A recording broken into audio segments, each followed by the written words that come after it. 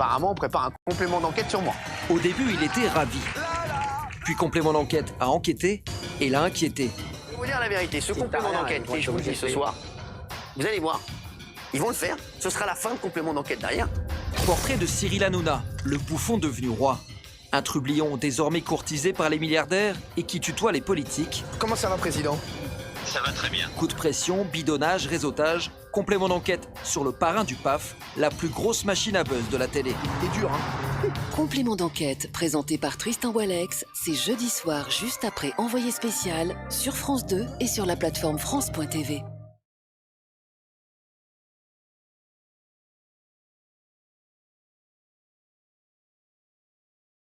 Bonjour les amis. Bonjour, je crois que là, on est un peu tous contents. Ça fait tellement longtemps qu'on entend ce complément d'enquête. Écoutez, j'ai pas trop suivi, j'ai pas trop regardé. Pour vous dire même que je l'ai appris ce matin. Tiens, en feuilletant au boulot, j'avais rien à faire. Je regardais YouTube et je vois tout le monde qui en parle. Ouais, complément d'enquête. J'ai un collègue qui m'a montré son téléphone, il a dit « Regarde !» Je vois l'extrait, j'ai fait « Oh !» Jeudi, à 23h, et je vais faire la pub. J'ai dit « Je vais faire la pub. Il faut qu'absolument que je le passe à l'intro. » Comme ça fasse la pub. Il faut qu'un grand nombre regarde ce complément d'enquête. Alors bon, les gars, abonnez-vous, des petits cœurs, des commentaires. Alors, il est en panique. Il panique quand même. Je sais qu'au début, ça lui faisait rien, ça lui faisait plutôt marrer. Mais comme bon, la plupart le disent, quand il a appris le sujet qui allait être dit dans ce complément d'enquête, ça commence à le faire paniquer. Donc, que dire? Écoute, moi, tout ce que je sais, c'est que, voilà, donc on l'a lâché, il s'est fâché, il nous a traités d'antisémites, il est parti du côté d'extrême droite pour récupérer son audience. Et maintenant, la maire de Nantes les a défoncés. limite, elle a dit, de toute façon, qu'ils aillent tous s'acheter une culture. C'est pas vraiment ce qu'elle a dit, mais ce que ça a voulu dire. Et donc, elle s'est fait défoncer, mais tous, avec les chroniqueurs et tout. Hein. Et maintenant, c'est complément d'enquête qu'ils veulent défoncer. Et qu'est-ce qui se passe? La terre tombe. Alors, à son habitude, Cyril menace, hein. Ouais, si je mets mon nez dedans, ils vont voir ce qu'ils vont voir. Et puis, il va ironiser. J'espère juste qu'on va finir devant TF1 au niveau des audiences. Pour moi, c'est mon émission. Je suis très content. Je n'ai vu que des photos des gens que j'adore. Il y avait les Bolloré et tout bazar, hein, que j'aime bien pour l'instant. J'adore, j'adhère.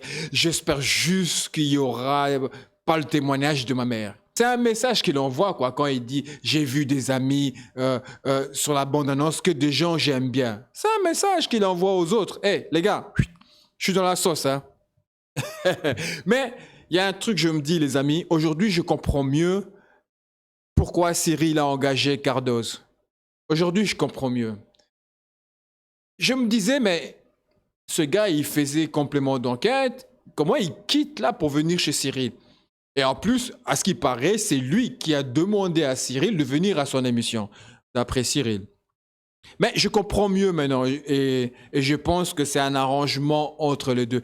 Parce que dans les émissions précédentes, je me rappelle très bien, il n'arrêtait pas de défoncer complément d'enquête. À chaque fois que donnait la parole à Cardoz et qu'on parlait de complément d'enquête, ils n'arrêtaient pas de le défoncer cette émission. Et je ne comprenais pas pourquoi, tu vois. Et aujourd'hui, tout est clair. Ils ont dit que complément d'enquête, limite, payait des gens quand ils ne voulaient pas témoigner. Ils leur proposaient de l'argent. Il y a Benaïm qui avait parlé de déontologie. Cardoz avait défoncé le complément d'enquête en disant que lui, il a toujours voulu enquêter sur la gauche. et qu'on lui a toujours interdit d'enquêter sur Mélenchon, sur tout le parti de gauche.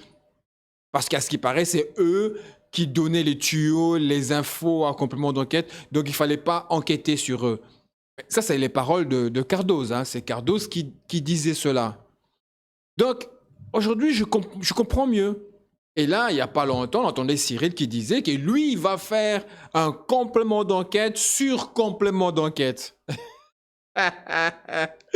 Donc, il allait enquêter sur les journalistes de complément d'enquête, comment ils font leurs enquêtes, s'ils payent des gens ou pas. En fait, il veut les décrédibiliser, quoi. En gros, ouais, d'abord, il fait peur, tu vois. Si vous faites ça, moi, je vais faire ça sur vous, en espérant que le complément d'enquête allait s'arrêter. Ben non. Mais comme par hasard, l'émission que Cyril promet, et il dit, je crois que c'est en janvier que ça doit sortir, qui va le présenter? Cardoz. Comme par hasard. Et à ce qui paraît, l'idée vient de Cardoz, qui a proposé ça à Cyril. Donc, est-ce que ça ne serait pas une vengeance aussi quelque part de Cardoz, si vous voulez peut-être se venger? On va savoir. Cyril a tout fait. Apparemment, il a tout fait pour contrôler l'information. La plupart de ces chroniqueurs n'ont pas pu parler, à l'exception de Benaïm. Si les autres n'ont pas parlé et qu'il y a uniquement Benaïm qui a parlé, c'est que Cyril a autorisé Benaïm de parler. Et Benaïm et Cyril, on sait très bien que c'est tous les... comme tu veux, hein, c'est la totale. Hein. Donc, il ne faut pas s'attendre à des révélations de la part de Benaïm. Hein. Vraiment pas. Alors, tu as la journaliste Virginie Villa. Elle a dit aussi que c'était l'enquête la plus compliquée de sa vie. Non, de toute sa carrière, carrément. Et il ne faut pas oublier que ce complément d'enquête a été reporté 3 fois.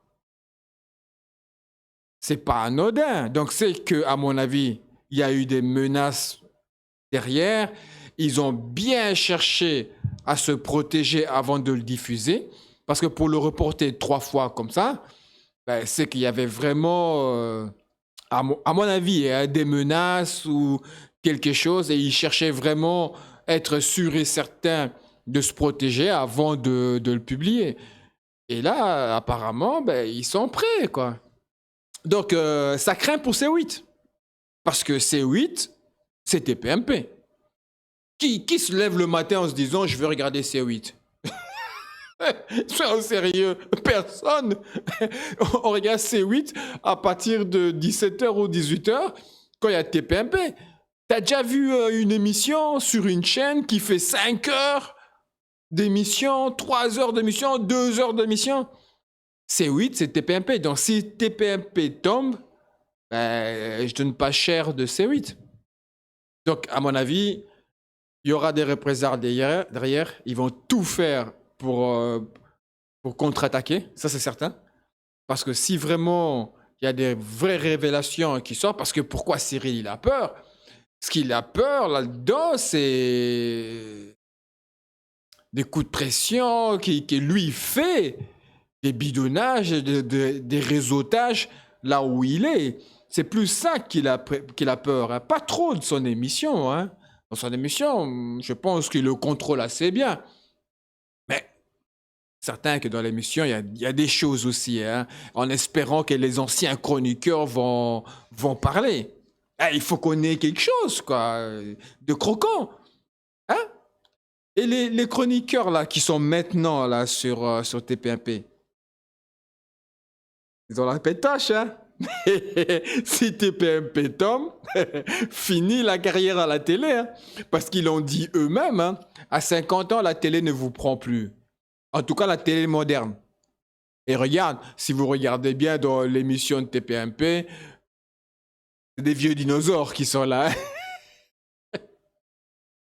C'est un peu comme le joueur de foot, quoi. Quand il a 34, 35 ans, ben, ça va jouer aux États-Unis, ça va jouer en Arabie Saoudite, tu vois. Et ben là, c'est pareil. quand tu as fini sur France 2, TF1 et tout, bah, tu retombes sur C8. Cyril Hanouna t'appelle. Vous avez les Bigas, les Lagaffe, La Vérité qui compte. C'est tous ces vieux émissions, les vieux journalistes, chroniqueurs, qui étaient carrément oubliés du public. Et que Cyril les prend pour... voilà, enfin, c'est pour lui, c'est pas pour eux qu'il le fait, c'est plus pour lui, pour animer un peu C8, quoi. Donc, qu'est-ce qu'ils vont faire, ces gens-là? Eux aussi, ils paniquent. Et moi, je prends le pari avec vous. Regardez bien le lendemain de la diffusion, donc vendredi, de complément d'enquête, vous allez voir comment les chroniqueurs vont défendre leur job. Hein. Ils savent très bien que s'ils perdent ce boulot, c'est fini la télé. Hein. Et moi, je suis persuadé que le vendredi, quand on va regarder les retours sur complément d'enquête, vous allez voir. Même s'il y a des vérités dans le complément d'enquête, les chroniqueurs vont tout faire pour défendre Hanouna, plutôt pour défendre leur job, quitte à vendre leur honnêteté, leur fierté, tout. Moi, je pense qu'on va plus se marrer le vendredi que le jeudi. C'est plus les retours que j'attends, pas trop le complément d'enquête. Parce que ce qui me fait un peu peur, c'est que, tu vois, c'est comme une sortie d'un film. Quand tu attends un film, tu dis un Star Wars, par exemple, et tout, ouais, le retour et tout. Tu as tellement hâte. Et quand tu le regardes, tu dis, c'était pas ouf, quoi. C'est ça qui me fait peur, tu vois. Parce qu'on a tellement attendu ce complément d'enquête, les gens en parlent tellement, ben, j'ai peur que lorsqu'on le regarde et qu'on se dit, c'est pas si ouf, quoi, il n'y a pas grand-chose. J'espère vraiment que ça ne sera pas le cas. Donc, voilà, les amis.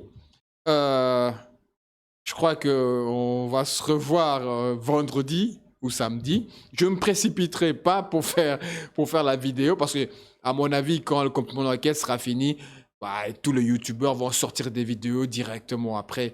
Non, je vais attendre peut-être vendredi ou samedi pour sortir la mienne, pour bien essayer d'analyser un peu ce qui s'est passé et tout.